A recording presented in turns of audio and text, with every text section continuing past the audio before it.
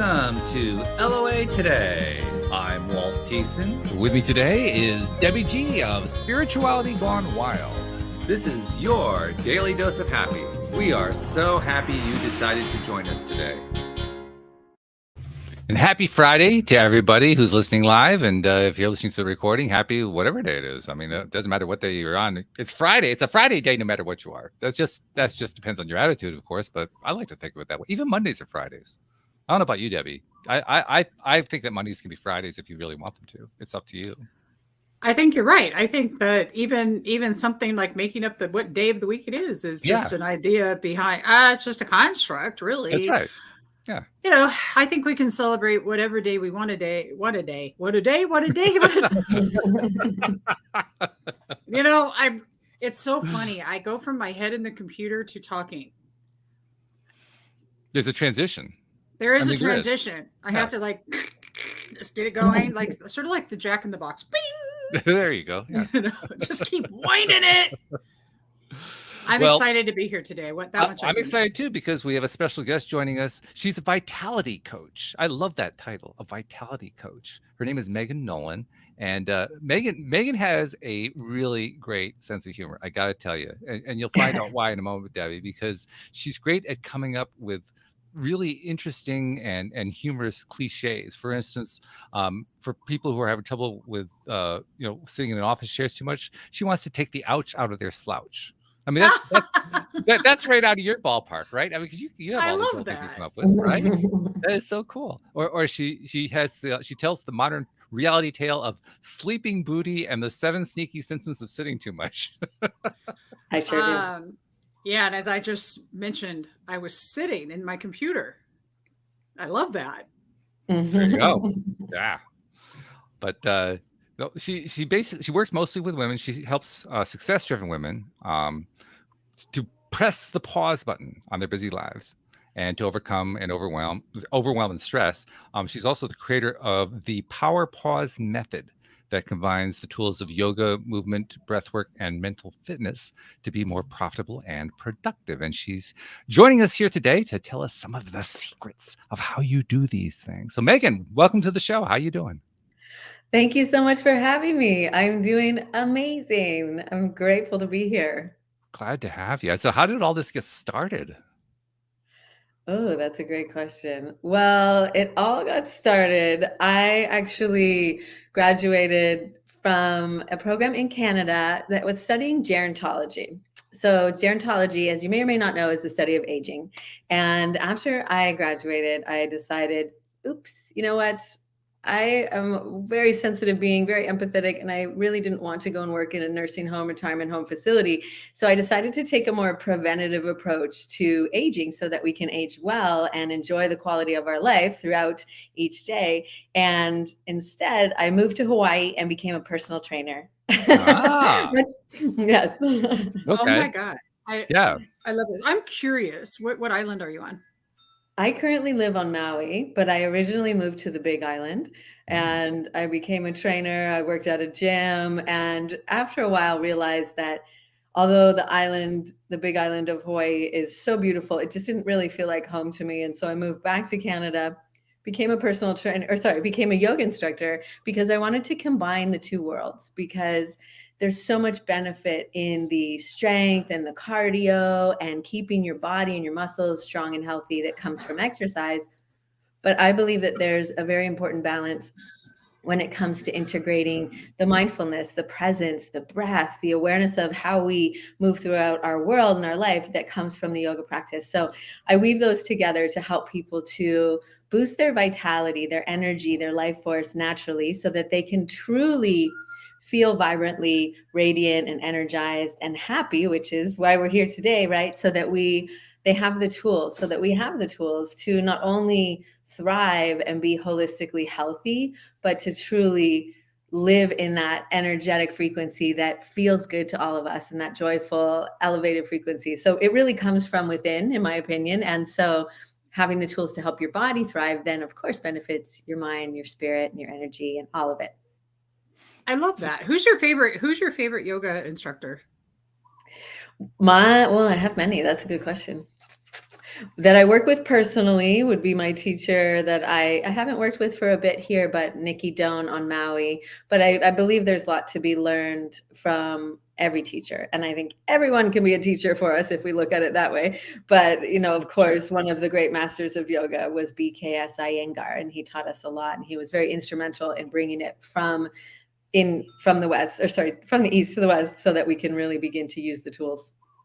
I think Fridays are becoming Yoga Friday, Debbie, because we had Yogi Aaron last week, right? Great. We did. Yeah. Pain-free yoga. Really interesting technique. I really dug it. But what I'm appreciating about Megan here is, one, the study of aging, because I'm taking that this coming semester, just because I think it's a really interesting study and I'm fascinated with it. Plus, it's way more interesting than regular biology, which is kind of cool, but not as cool as this. So I love that. But I love that you've taken an approach of preventiveness. I'm almost 55. I absolutely love what you're doing and am appreciating this. The idea that, but let's take someone, I'm half preventative and I'm half not preventative. Mm-hmm. In other words, I'm half healing, I'm half doing stuff to prevent,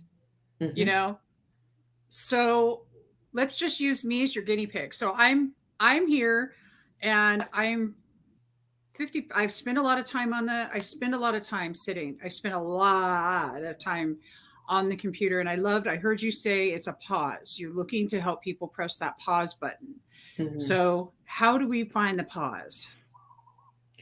That's a great question. And it is, it's challenging for a lot of people to pause, right? We've been taught that in order to be effective and useful, we need to go, hustle, hustle, hustle. But we know that takes its toll on us. And so I would always suggest that we start first thing in the morning with a pause. So I'm a huge advocate for morning routines in whatever shape or form. And for those of your listeners that are not necessarily morning people, the morning routine can happen anytime throughout the day, ideally first thing, but if it's later, that's totally fine. But really taking that intentional moment to not only set your intention for the day, decide how you're going to show up in the day, but activate your body, because we've been sedentary all night when you're sleeping. And then if we wake up and, for many of us working from home over the past few years or still continuing to, or even if you don't, and you get up and you drive to your office where you're going to go sit, we don't have very much movement integrated into our modern lives. So it's very important for you to have that morning movement to energize your body. Because when you wake up your core muscles, you are not only, moving blood throughout your body, moving your oxygen, your prana, your energy, whatever you want to use there as your word for understanding, but that goes to your brain as well. So when you energize your body, you energize your brain. So you're waking up your brain, you're sharp, you're on point, you're ready to go, you're feeling good, and you've woken up your core muscles. Because most people sleep on their side or in some sort of, funky position. So when you move into that strong posture, into strong physical alignment, not only does it affect your mental and emotional alignment, but it helps you to walk with that confidence and that energy and that poise, but also take care of aches and pains that can happen when we just sit in that rounded, ouchy slouchy posture, I call it, so that you have those muscles that are awake. So when you gravitate into that posture, which we all do, let's be real, we might even be doing it right now. We can. Now I got to think about this. Right? I'm straightening up as you're saying this, right? I know. Hurry up! It's not me. I know. I totally have that effect on people. So I would suggest that doing some movement first thing in the morning, and it doesn't have to be a lot, although if you have time for that, that works, whatever feels good to your body, but doing things that open up the front side of your body. So we want to kind of stretch the front side of your body to move you back into that upright positioning versus the, slouchy posture that we tend to spend a lot of time in over the keyboard. And so that you're doing things that do that first thing in the morning to get you on point, ready to go. But then periodically throughout the day, ideally, at least every hour, if not every 30 minutes, you're getting out of your chair. The human body is not designed to sit, and that's why it complains, right? So when we sit for extended periods of time, we tend to have a cascade of effects that you might already be starting to feel, that Walt, you spoke to earlier, that I call sleeping booty and the 7 sneaky symptoms of sitting too much. So integrating little power pauses throughout the day will help you to kind of get rid of that modern reality tale that you may or may not be living already. I like the word pauses. What she's talking about is very similar to what we call pre-paving, or one of those terminologies we use. And the idea of the pause is it's a kind of a reminder, like, oh yeah, I've got to pause. I got to take a breath here. That's really what you're doing. Exactly what we're doing, because that's another part of it, is that when we go into that slouched position, your body doesn't breathe very well, because your diaphragm, your main breathing muscle, when we're in that sort of C curve or the slouch, your diaphragm doesn't move very easily. And so it takes the backup muscles, which are in your neck and shoulders, and that's what you start to breathe with. And so they're already tired from holding that big, beautiful head of yours because it's way out in front. So when we move back into strong posture, you can breathe naturally and normally, and that signals to your body that everything is okay and it's calm. Whereas when we take the short, shallow breaths, that's how we breathe when we're under stress, and it triggers more stress, and it can cause that cascade of struggle and strife and frustration and all of that. So really, just as you said, pausing and having reminders. I do find that for people, especially if you're in a project and you're in the zone, we tend to get in it. We're in that flow state. It's hard for us to stop. But if you have a pause button, i.e., an alarm on your phone that reminds you to stop and take a breath, or stand up, even better, take a breath. What you're doing there is you're actually quieting the stress part of your brain, or the fight or flight response, whether you're in stress or not. If you're breathing short and shallow and you're in that compressed position, your body's getting the message that things are either stressed or they're on their way to. So when we calm and regulate your nervous system, when we shift into that state of presence and pause, it shifts you into a different part of your brain, activating your prefrontal cortex, which is where your creativity and your imagination, your inspiration, all your good ideas come from. So we don't do much very well under stress for long periods of time. So that's why the pause is really quite powerful for shifting you into that wise, sage state. Yeah. I'm curious. And now as you're talking, I know that when I'm on the phone, I tend to do things. I tend to pace. Like I'll be on the phone talking. It's like movement makes my brain work more better. Sure. Sir, I'm not joking. Seriously. Like if I'm just sitting, like I can get into it. But if I'm up walking around and I'm moving and my body's flowing, I can get more into flow that way than I can just sitting. Or if I'm on stage, same thing happens. If I'm walking around, and actively, is that why? It's because my brain needs the activity, apparently. I never even really thought about it, but I'm now reviewing what I do. I should be on the phone more. That's what I'm going to say. Or you should move more. Yeah, your feet more. Yeah. Well, hot damn, I wasn't going to say state the obvious. I had my jumpy jump on the ground, my rebounder, and I was jumping on my. That's I need to move those clothes that are hanging on it right now, and just put it back down and do that. But this is such a great reminder. What about those who don't move so well? Absolutely. It's all very individual and very customizable. And so whatever feels like it's aligned for where you're at today and what feels good and nourishing for your body is a great place to start. It really is. Like soft and subtle is the best for when we're in pain, reminding your body what it feels like to move naturally, awakening muscles that might be tight or locked down, opening up muscles that are restricted or affecting your range of motion.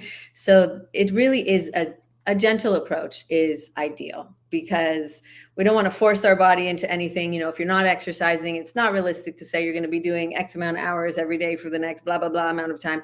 No. So for those of us that have limitations in certain areas, it really is just learning about yourself and your body and practicing compassion and gentleness, which can be hard when it comes to ourselves, but truly is the highest form of yoga, is learning what works for you and doing that in a slow and sustained and consistent way. Yeah, repetitive, not repetitive, but consistently returning to something and doing it over and over again is probably the most important thing we can do, because that's how you develop the habit. If you don't keep coming back to it, even if you're doing it for 5 minutes, just coming back to it helps to develop the habit. Whereas if you try to go out and do a big session and then you're dead for the next 3 days, you forget it. It's just you didn't accomplish anything. You haven't gotten the new pattern going yet.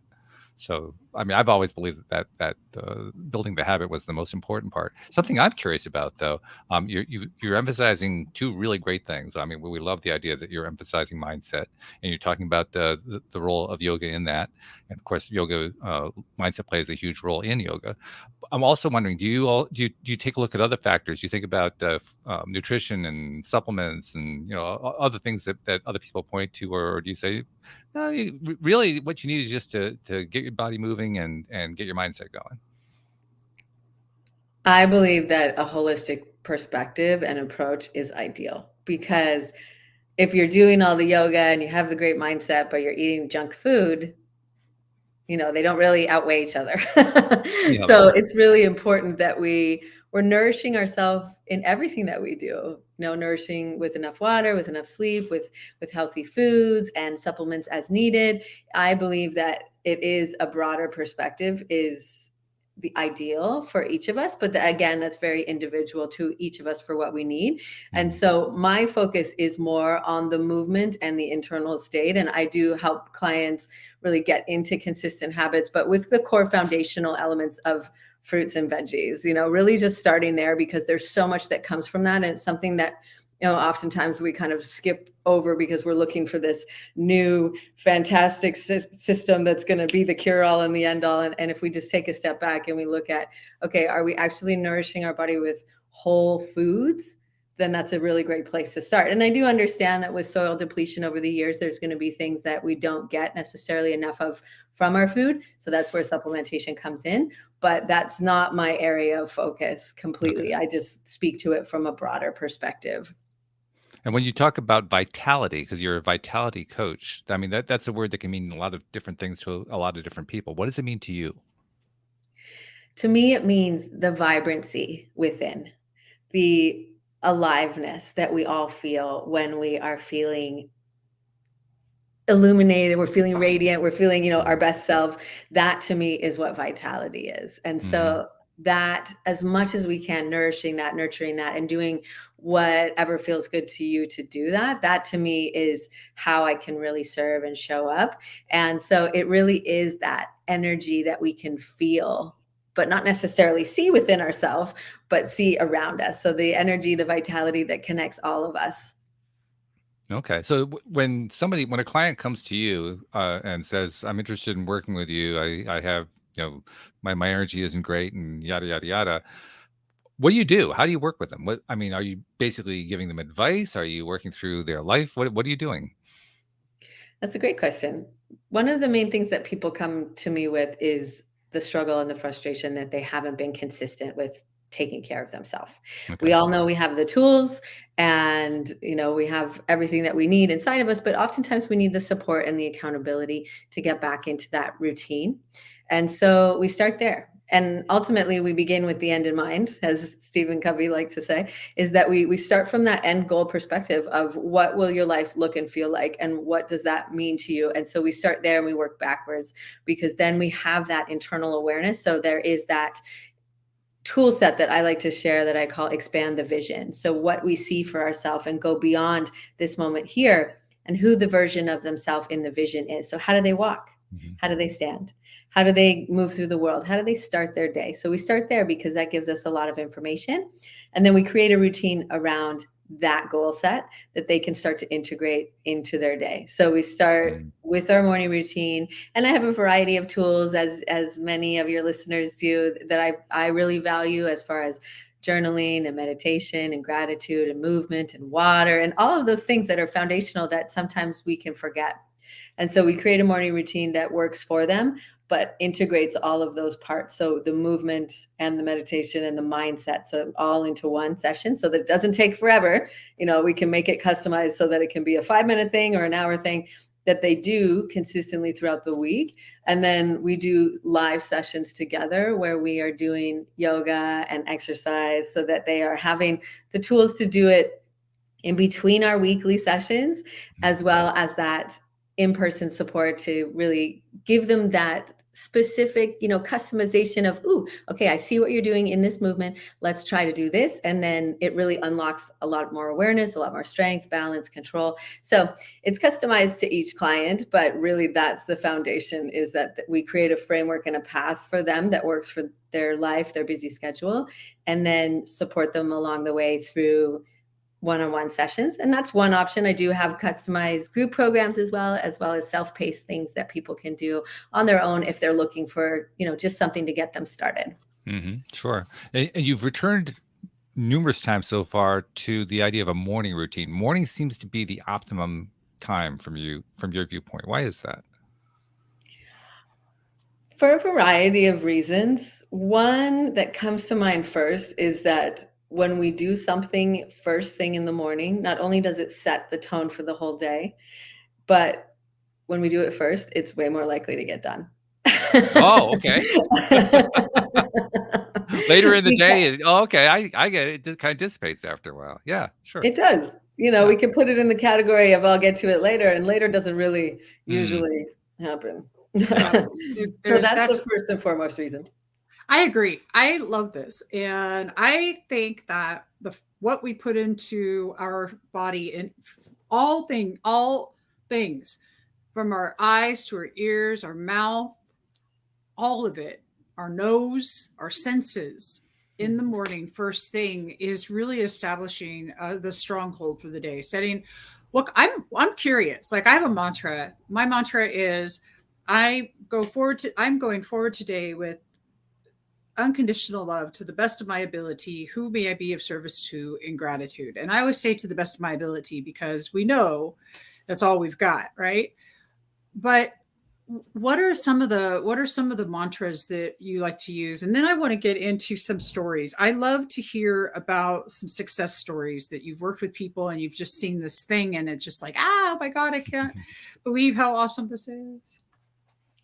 Absolutely. So one of my morning mantras is, the more fun I have, the more impact I can make. I remember, I release, I surrender. So there's a lot of layers in that one, but it really is coming back into the truth of who I am. And another one is, I step into the newness of this day so that I may be impactful and be of service. And so very much aligned with yours. It really is acknowledging the opportunity that we have each day and really anchoring into how we're going to show up and how we're going to be able to serve in that highest, most aligned way. So those are the main ones that I use. I really love those. Hey, Walt, what's yours? Yeah. As you were asking the question, I asked myself that question. I don't really have a daily mantra. Because my routine, I mean, we talk about it a lot here, how you want to develop a routine, you want to make it consistent so you can, I'm kind of a liar because I don't really do it that way. It's different for me every morning. It's like, I gotta say, this morning, what do I want to do this morning? What's resonating with me this morning? And that's where I go, which is actually a little bit dangerous because you can, if you're not careful, you can wake up and say, oh, I don't really want to go anywhere, and skip it.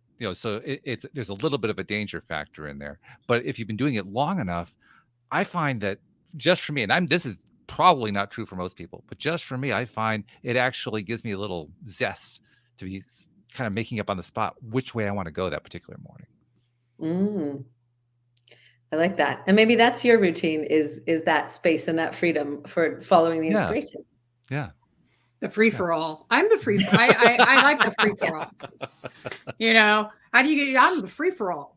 And I think I like my morning mantras, but I'm not a real, I do really well when I actually do follow a routine of some kind. But yeah, I'm definitely not some mornings I get up really early because I have meetings, and the mornings I don't have meetings, I'm not getting up at all. And, that kind of thing. But I've been healing through some stuff. So that's normal for that. And I'll be healing through some more stuff coming up here. And so I kind of love that a little bit more relaxed kind of vibe. But, you said early on, Megan, you said, people are just in this rush, got to do, and this and that and this and that. And I don't feel that that's true anymore. And Walt doesn't feel it's true. And Joe, my husband's about to find out because that it's not true because he's going to retire and realize that, it's a whole different world. And so I really appreciate that you were talking about that. I love that slowing down thing, even though when I'm in the middle of an event, I'm, so I guess there's some appropriate time for that, I suppose. We're getting out world peace, man. Can't slow down. Anyway, I would love to hear about some of your favorite stories that really motivated you to give you the passion to do this. As far as my own inspiration or people that I've worked with? Anything that you want to share so that, people I want to hear the passion behind what you do besides what you've already been saying. But what was that moment? Like, I'll give you, for instance, like I just teaching about gratitude. I just love it. Sparking that G vibe. It's my thing, Yeah, right. Exactly. That's it. Just totally just, getting into that moment. But it's there's that look in someone's eyes when they're like, God, I love myself, or something like that. But yeah, I guarantee you've got it. Like there's something there that just sparked that. And you're like, aha, I see where I'm headed with this. Absolutely. I love what I like to do is integrate mantras or intentions into our sessions. So, for example, we use one a lot because I think we all can tend to forget how powerful we truly are and underestimate that. So one that I like to use with people, especially when we're doing more challenging workouts or sessions, is I am powerful. And so when we're doing the session or the yoga practice, I have them repeat this intention, or in yoga, we call it a sankalpa. And so it's a vow to the truth. So the truth is you're already very powerful, but sometimes your mind might tell you otherwise. And so during the sessions, I have people, we're doing movements, we're doing exercises, and then they're saying it to themselves internally and out loud. And you can see the moment when it really anchors in. So what we're doing there is truly embodying the intention, right? We're activating the elevated emotional frequency of powerfulness as we're saying it to ourselves. And you can see when it clicks in for somebody and they are just like fully expressed in that moment of remembering and realizing how truly powerful they are.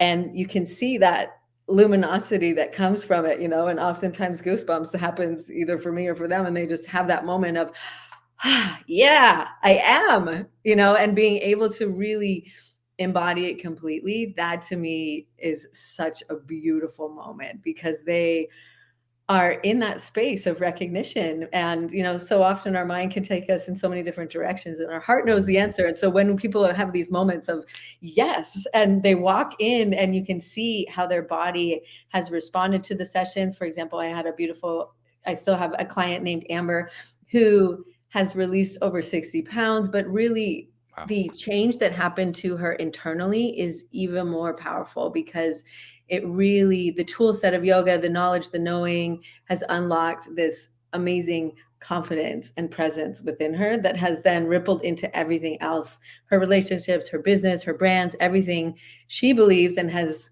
credited it because of how she feels and the change in how she has become and the change in who she has truly become because of this practice.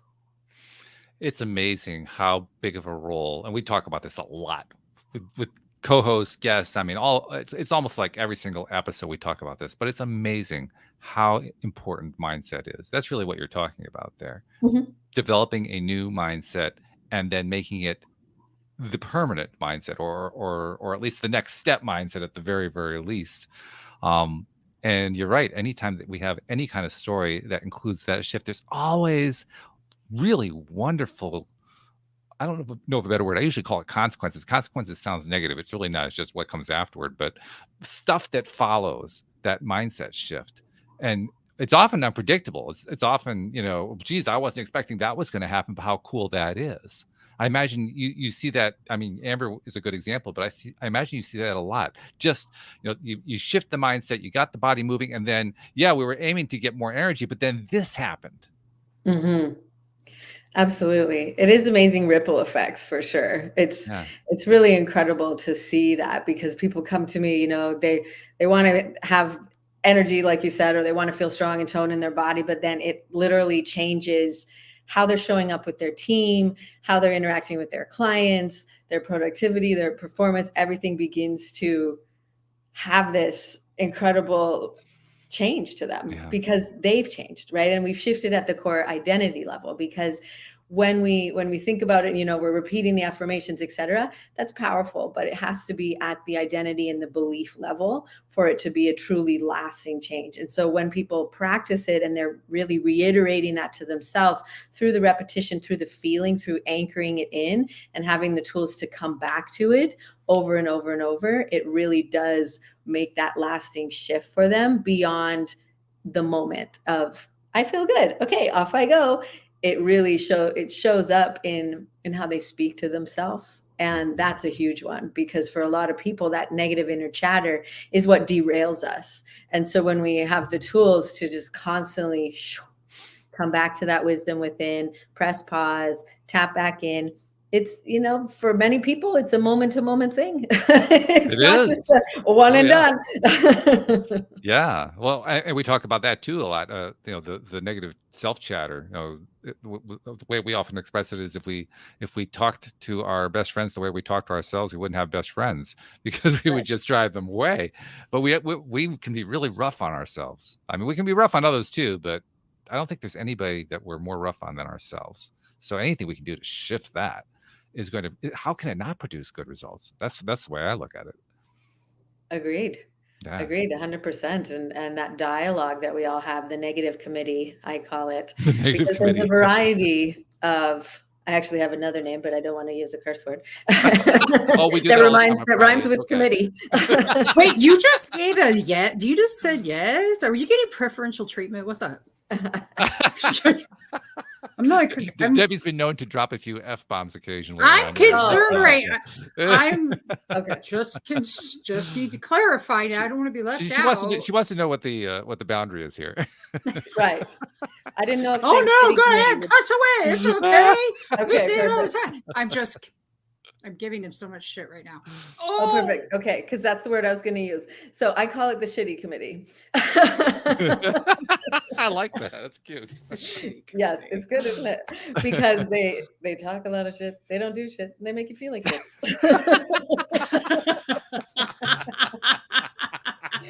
I know. It's so funny, but it's so accurate, right? And if you start to take a look at it, and we have this sort of levity to it, and we begin to recognize, like, oh, there you are again, and even give them names, because we all have these different varieties of, like, the the hyperachiever that's pushing us, like, go, go, go, go, go. And that one for me is like Harry the hectic hyperachiever. Or, when we shift into that, like, very, I don't know if I'm going to do this right now. I'm going to not do this. I'm going to go and, like, clean a million drawers in my house, and, we're avoiding things. And so there's all these different strategies that the committee has. And again, it is that, okay, is this in alignment with my soul, or is this my mind trying to, like, stall my progress and my evolution and my growth? And starting to just recognize those different sneaky ways that they are trying to derail us, giving them names, kind of laughing at it when we catch ourselves in it, to give that space, because it's not who you are. Your soul knows that you have the possibility and the potential. And that's truly, I believe, is the ultimate mindset shift, is coming back to that inner recognition of knowing that you have the tools, you have the presence, you have the power to choose how you're going to show up in every moment. But the collective is going to be squawking in your ear the whole time, trying to derail you and keep you safe, right? Because that's was their number one strategy, and their number one project or tool or purpose is keeping you safe and surviving, right? That's your brain's purpose. It's not to get you out there and expand into, a multinational company or whatever it is you're going for. It's to keep you safe and small. And so really just recognizing that in each moment, it's an ongoing practice. That phrase has been used so many times here on the program, keeping you safe. It's gotten to the point now where it almost feels like a negative. It really does. I love the negative self-talk. Is just, I want you all to think about you've watched parents, what they will do is, I was a parent who did this. No, don't do that. No, don't do that. No, don't do that. No, don't do that. The negative reinforcement was started. This is like primal wounding stuff, so it was started when we were just so small.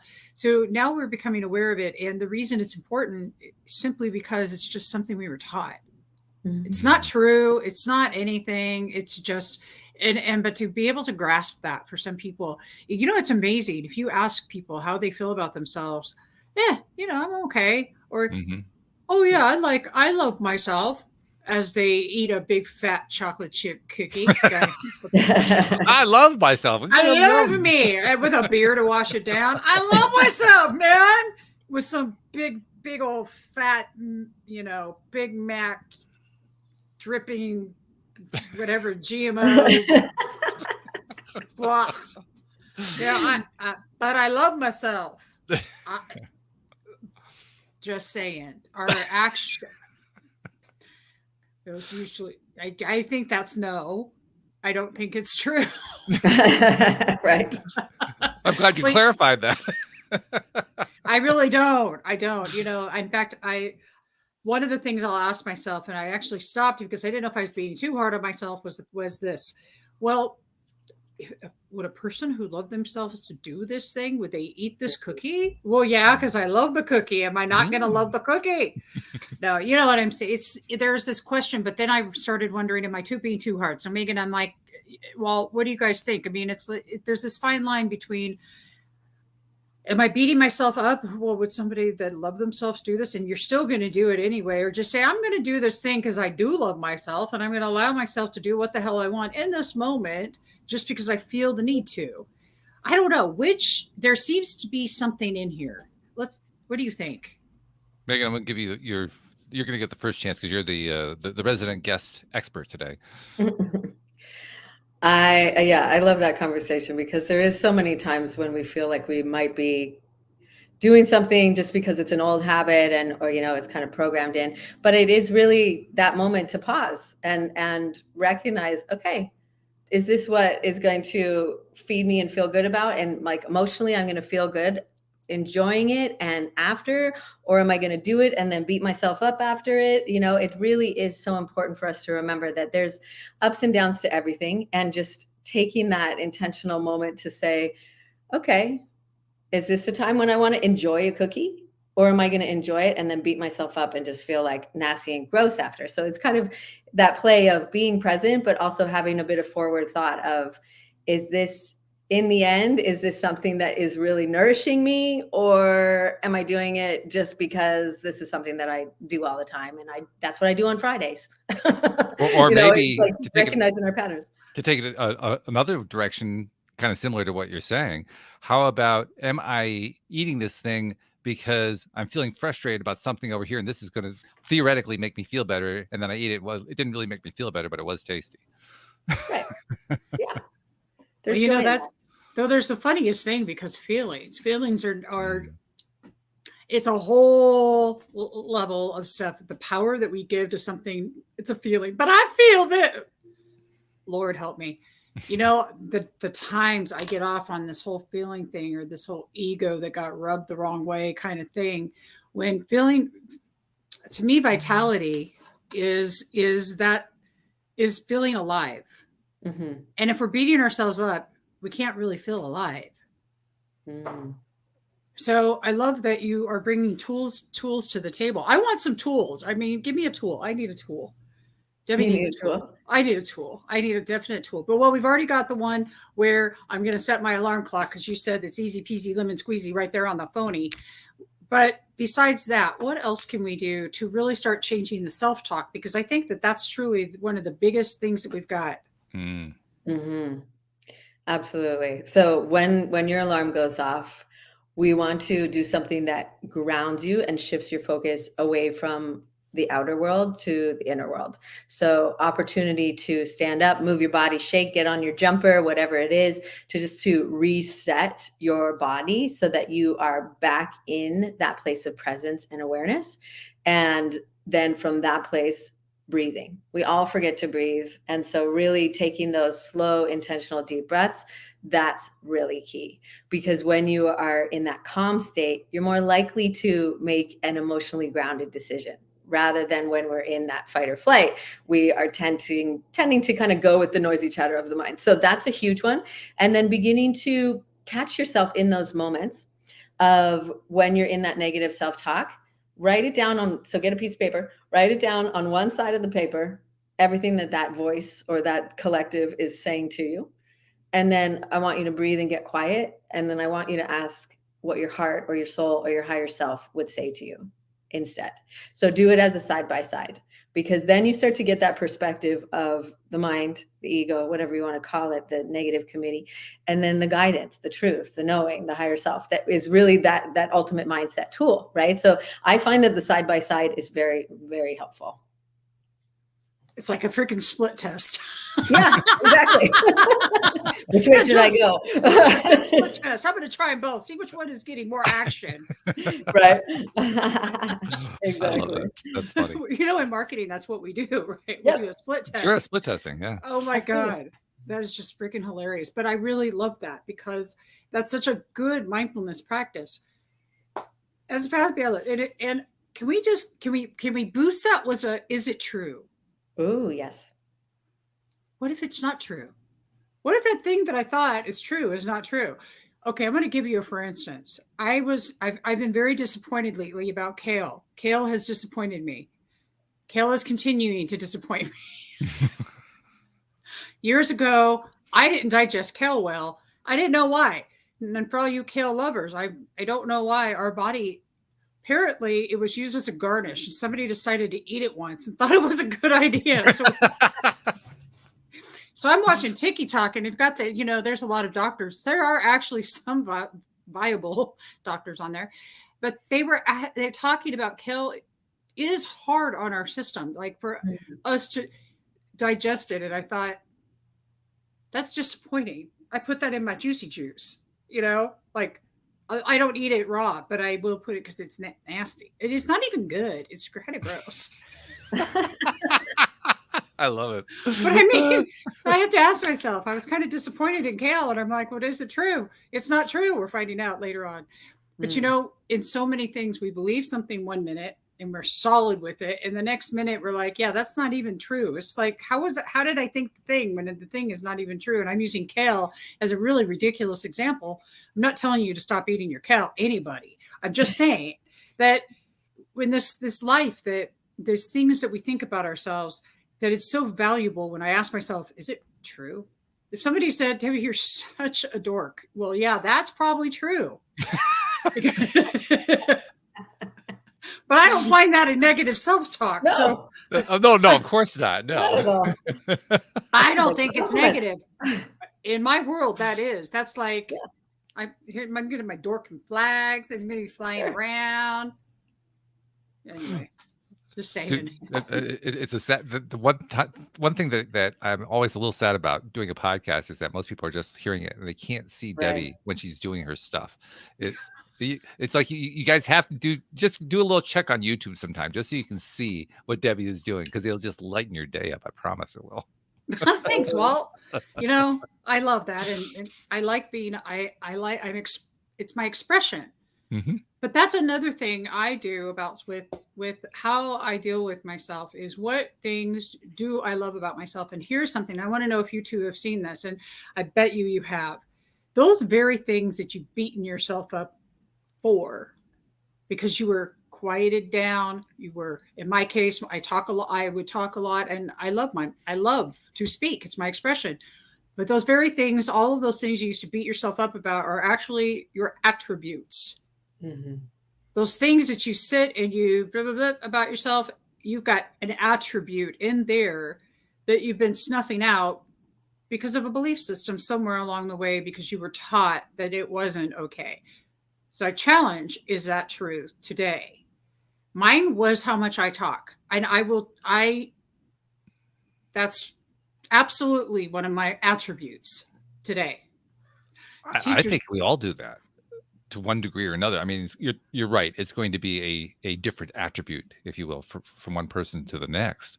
But there are so many things that make us unique and valuable human beings that we discount. Because we've been taught to discount them, or we've been, society doesn't approve of that particular thing or whatever. And actually, I mean, and Debbie, you and I have talked about this a lot. If we can find a way to appreciate those things, anytime that we're appreciating anything that usually falls in the negative category, we're going to make a major shift just by doing that. But if we can especially do it with these attributes, as you're calling them, that we don't really feel, I'm kind of ashamed I'm showing that particular attribute. If we can find a way to appreciate that, then all of a sudden it becomes a superpower, which was not what we were thinking before. That I think is what you're getting at. Yeah. So Absolutely. I know it's interesting when we start to shift our perspective on those things, and then we can almost lean in and get more curious about it, because it, like you said, Debbie, is something that becomes a beautiful form of self-expression. And somewhere along the way, somebody told us, "Tsk," or don't do that, and Right. you're coloring outside the lines. You need to, and all of those things. And then now we get to, as grown adults or growing adults, evolving humans, whatever we are, we get to begin to shift that, right? It's like we have this set of training wheels that we rode through part of our life with, and now we get to take those off and take a look at them in a little bit more of a empathetic and compassionate light, and learning to witness all those little things that make you sparkle and that light you up, and that maybe were kind of snuffed out for a bit, that you can now begin to integrate and love. And I kind of see them all as petals that make up the flower, right? And if we're constantly plucking off or hiding that one petal, then the flower doesn't get to like fully expand and show its beauty. And so how often are we doing that to ourselves? How often are we kind of tucking that away because it might be too much or this or that, when it can be something that we begin to really lean into and own? And that's where we can often find that place of connection with other people, that we're like, oh yeah, I'm a dork too. And then of course it is that, a bonding factor potentially, I found, Sure. at least for me. No, I love that. And actually, you brought up, okay, so we've heard the word shame. So if you feel shame about it, you're hiding from it. When humility, Mm-hmm. humility, when we really see her, I think humility for me shows me the real side of me. Because humility is this beautiful place. It's like, yeah, I did that. Yep, there's no shame in it. Yep, that's part of who I am. I love that. It's acceptance. But then you said it's also connection. When you can recognize that thing that you can connect with. And I really appreciate that. And I'm imagining, Megan, that one of the things that you help people do is to reconnect with themselves. So as we're coming on this last 10 minutes or so, I'm just curious, like, how did you reconnect to you, and did you ever feel disconnected, and if so, what did you do, and how do you help others reconnect to that space? I've certainly had many points where I felt disconnected, and it's been as a result of pushing myself too hard and not really recognizing all of the different assets and attributes that I have. And I was giving, and not slowing down enough to nourish those and recognize the value in those, and got me to a point of feeling so disconnected, so discombobulated, and crashing and burning in a sense, and really getting to a point where I got so exhausted that finally the quiet voice in my heart like whispered to me, this isn't your path. There's another way for you. You're a warrior. You'll figure it out. And then of course the shitty committee was just trying to pipe in and, and to like get me all thrown again. But for me, it was the willingness to show up with and to myself on the yoga mat, and literally sometimes just lay there because I was so exhausted and spent, and just cry and just be with the breath and be okay with how I felt, rather than trying to force myself into something else or into a different, demeanor or energy, just letting it be nourishing, being gentle, being compassionate, challenging for me and for many people to practice that. We can easily give it to other people, but it can be hard to show ourselves that same love and gentleness.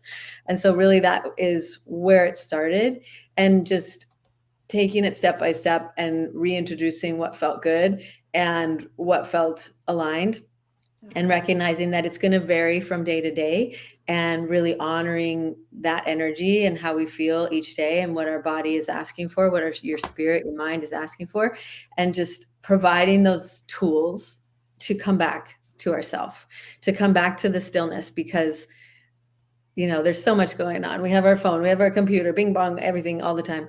But really having that intentional pause, and whether that's 2.5 seconds or 2.5 hours, really just dropping in with ourselves and checking in, because it's so easy to get involved in the outer world that we're not really in that space of connection and presence as much as maybe would benefit us.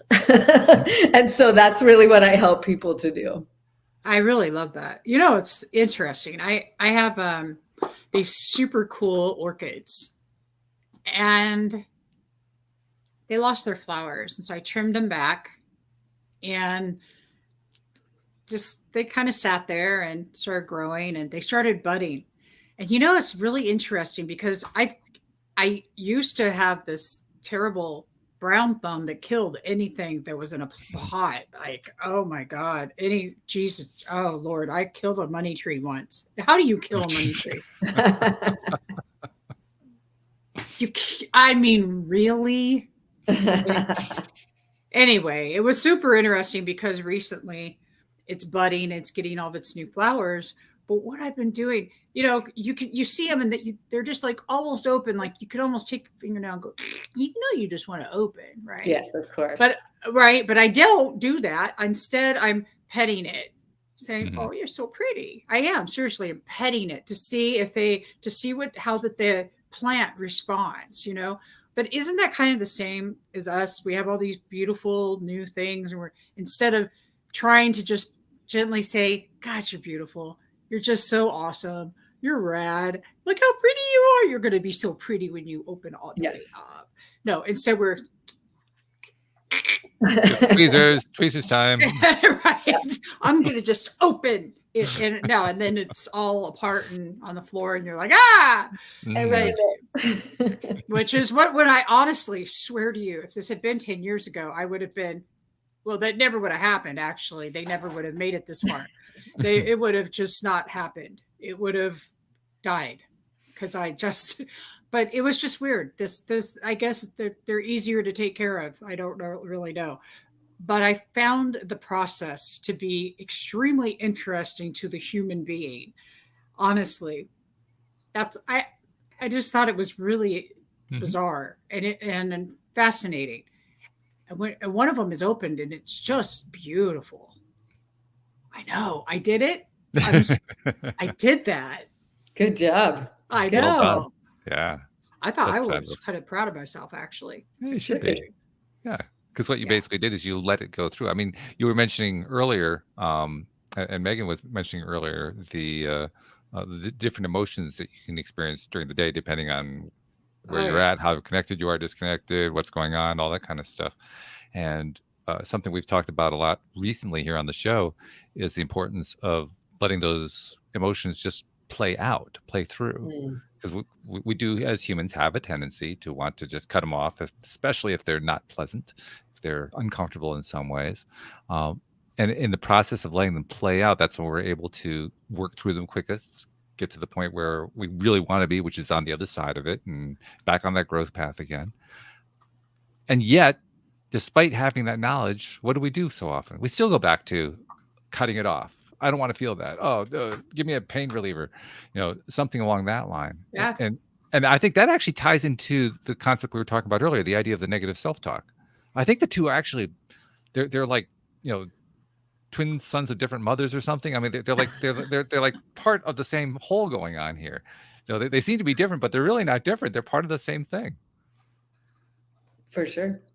Yeah. Well, I don't know. I haven't figured life out yet. That much I can tell you, but I do think they're part of the same thing. I can tell you that almost 55, I don't know squat. Yeah. I don't. I get up every day. I'm just like, the very thing that I thought, I had an experience come up recently where I said, okay, you know how sometimes people get together, I don't know. I'm not going to get all into it. I'm just going to say this. I had this experience where I had to really come to terms with the fact that I just am okay. People can think what they're going to think, and I don't need to correct them. Then I heard that menopausal women do that kind of shit because we don't need to put anybody else first because we're not looking for a partner anymore. We're like, So I'm dead serious. I heard this and I was like, damn, all right. I'm sure there's a balance somewhere, but I'm just going to be with the first one. To me, that sounds like what we were talking about earlier. What's the mindset?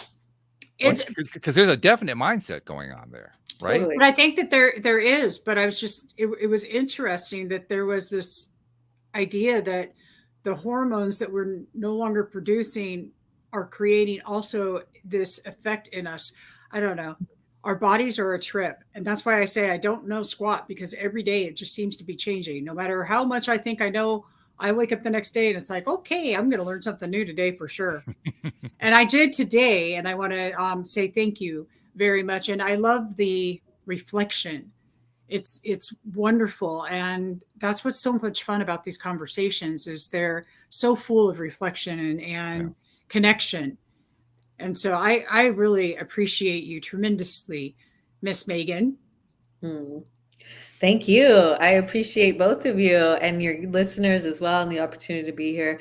I agree. I think we're always on this journey of learning and letting go and becoming and unbecoming and all of it, if we choose to see it, right? To our point of mindset, it's that perspective that we take, and going into each day with curiosity, each conversation with curiosity, rather than this, hard and fast, this is how it's going to be, because chances are we don't know. I love that word. Mm-hmm. I love the word curiosity. Oh yeah. I like what they came from the Ted Lasso TV series. Be curious, not judgmental. To me, that's like those are the two opposites of the same pole, so to speak.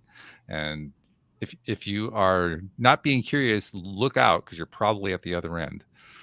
That's usually what's going on. It's kind of like a little indicator. Just a little factoid for you.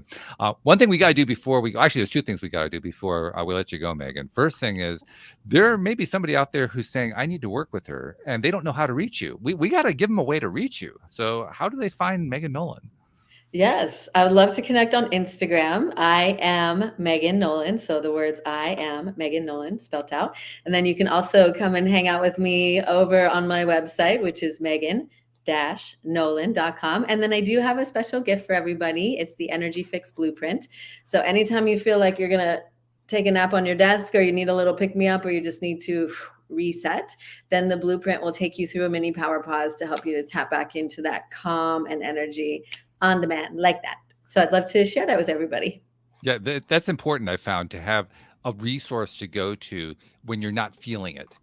Because when you're not feeling it, it's often hard to remember what are the damn tools anyway. I can't even remember what they are. But if you have something written, in fact, I actually have a list that's on the wall that if I need to reference it, I can look at the list of all my favorite things to do to kind of turn my mindset around. If you have it written down, you don't have to remember it. You just go look at what's on the wall. So I love the fact that you have that, written out on a PDF that they can, print on their printer and post on the wall and get the real benefit out of it. Because that's a great tool. There's a tool right there. Just put it where you can see it when you're not feeling good. Yes, that's huge. I love That's huge. I'm going to be in Hawaii in a couple days too. Ooh. Really? Oh, I'm going to be on the Big Island on the 20th next week. Have fun. Thank you. How can you go to Hawaii and not have fun? Is that really a possibility? I don't think it is. You'd be surprised. Oh, really? Okay. Depends on your mindset. I suppose that's true. That's very true. There's one other thing we need to do before we let you go too. Okay. This is something that it's becoming a regular feature here. You, like so many people who come onto the show, do so much reaching out to others. You do it through your website, through your own media, but you also come onto podcasts like this one. I'm sure you write stuff. You reach an audience whom you'll never meet, you'll never see, who you influence and you help. You give them ideas and give them things to think about and so forth. And you never actually hear anything about how that worked out. So I try to make it a practice to say on their behalf, thank you for what you do. And thank you for what you're continuing to do to help those unseen people that you'll never meet and that you'll never see. Oh, thank you so much. That's so lovely. Definitely warms my heart, and I appreciate that. And I do appreciate the opportunity to share these tools. And I hope that they land in. I hope that they're helpful, and just knowing that it's a practice, right? My students know I say this all the time. It's a practice, not a perfect And it's just giving yourself that space and the grace to just try and just keep learning. And so thank you. I appreciate the chance to practice and share these tools. Wonderful. I love that. Well, thank you for practicing with us today, and thank you, Debbie, for sharing your story too. Because I mean, you kind of integrated your own experience into what Megan was talking about, and like you were alluding to earlier, that always helps. Somehow, it's the stories that help us to make better sense of all this kind of stuff. So, thank you for what you're doing as well. That's about it for today, ladies and gentlemen. We'll see you all next time here on LOA Today. Goodbye, everybody. Bye-bye.